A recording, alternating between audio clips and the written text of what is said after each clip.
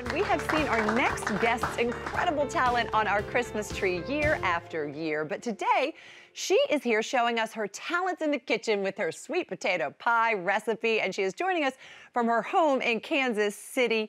It's Hallmark Keepsake artist Joanne Wright. Hi, Joanne. Debbie, thank you for having me. Thank you for being here. It is so lovely to see you. And thank you for doing this from your home kitchen in Kansas City. It looks so festive there.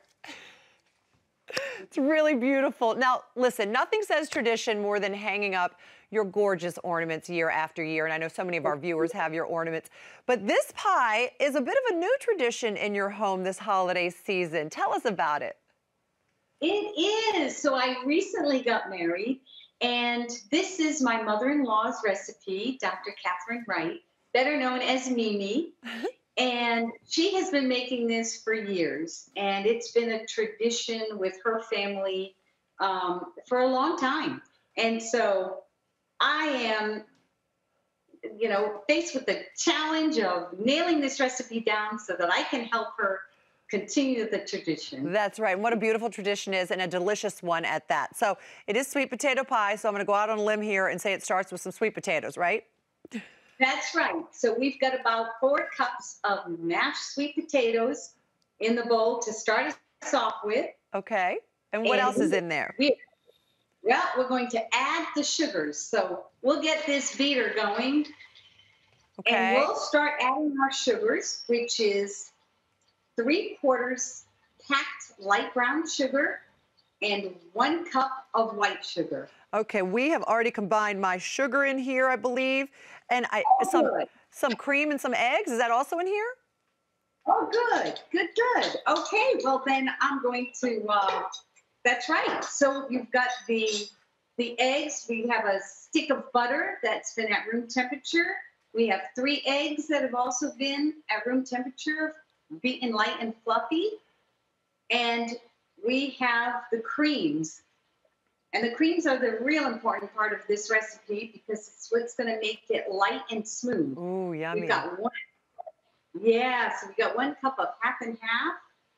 And we've got, I'll pour this on my end, and we've got half a can or half a cup of evaporated milk. Oh, stop right there. The evaporated milk really just sends every recipe over the edge. I love it so much. It is so yummy. Okay, so I'm going to start whipping this up again because it's been sitting here for a minute. And I'm going to start to add some of the dry ingredients. Okay. Well, at this point, Debbie, this is where my mother-in-law says you've got to make sure that that batter is nice and smooth. Okay. When she first made this pie, her mother sampled it and said, too heavy. You need more cream, and you need to beat it, beat it, beat it. So she's instilled that in me. So how long would it need to beat then? About 5-6 minutes till it's light and fluffy. But now we're ready to add the spices. Okay, so I'm going to put, this is just a little bit of flour, right? Yes, that's 2 tablespoons of flour. Okay. Some salt. And we've got, next are our spices. So we've got a 1/4 teaspoon of salt with half a teaspoon nutmeg, half a teaspoon cinnamon, and half a teaspoon of pumpkin pie spice. Oh my goodness. And what's great about this, it has a lot of other great things in it. A lot of great spices within that one. So good. So we're going to put that all together. And I love that you also add ginger. And is that lemon juice as well? Yes, so that's the secret ingredient to this. We've got 1 tablespoon of lemon and a pinch of ginger. And that's what kicks this recipe up a notch. Yeah, it's really unexpected. It's lovely. Now we have a pie crust here that we have par baked just a little bit. And I know you say don't get too carried away. It doesn't have to be a homemade pie crust. You can just buy one at the store, right? That's right. That's, as long as it's a deep dish pie crust, because this recipe will make 2 pies. Oh, wow. And your batter looks awfully good there, Debbie. We're trying to make your mother-in-law proud.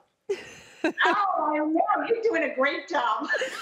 Now, we would put this in the oven for how long and at what temperature, Joanne? So this will go in the oven at 350 for at least 60 minutes. So that's why we have the crust covered, because when it's in the oven for that long, that crust will start to burn slightly. Right. So covering it up and baking it, it all turns out great. Oh my goodness. And when you pull it out, it looks as beautiful as this one right here. Do you think we did okay? Yes, yours looks beautiful. Thank you. No, I'm going to decorate it with some whipped cream that we made, but I know that you also say you just put some ice cream on top of it and just have at it, right? Anything you'd like. My Mimi says the traditional way is good and plain.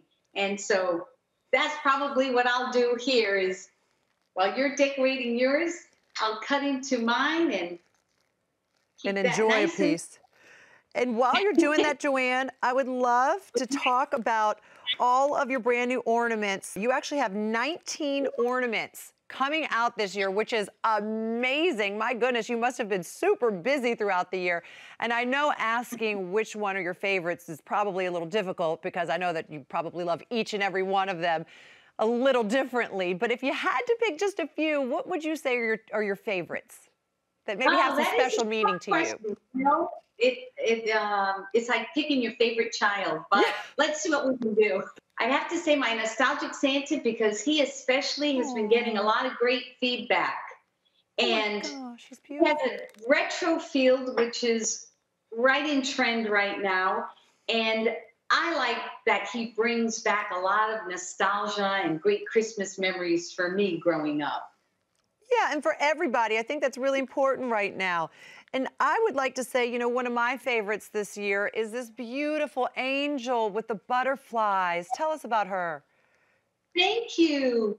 So she is a mix of materials. You know, she has her lasered metal wings and a ribbon around her waist. But what makes her especially special is the little butterfly that she has on her dress and in her hands.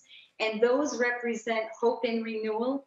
And what better year for this to come out Isn't that the to truth? remind us all of hope and renewal. It's so true. Thank you so much for being here, Joanne. Thank you for sharing your delicious sweet potato pie recipe with us. And thank you for year after year sharing your beautiful creations of all of your Hallmark keepsake ornaments. We really appreciate you. And we can't wait to see you here in person next time, okay? Yes, absolutely. Thank you. Happy holidays, Joanne. Look at that. You too, and everyone out there. Merry Christmas. Merry Christmas to you too. Now for this full recipe, you all can visit hallmarkchannel.com. And to find Joanne's ornaments this season, be sure to visit your local Hallmark Gold Crown store or hallmark.com.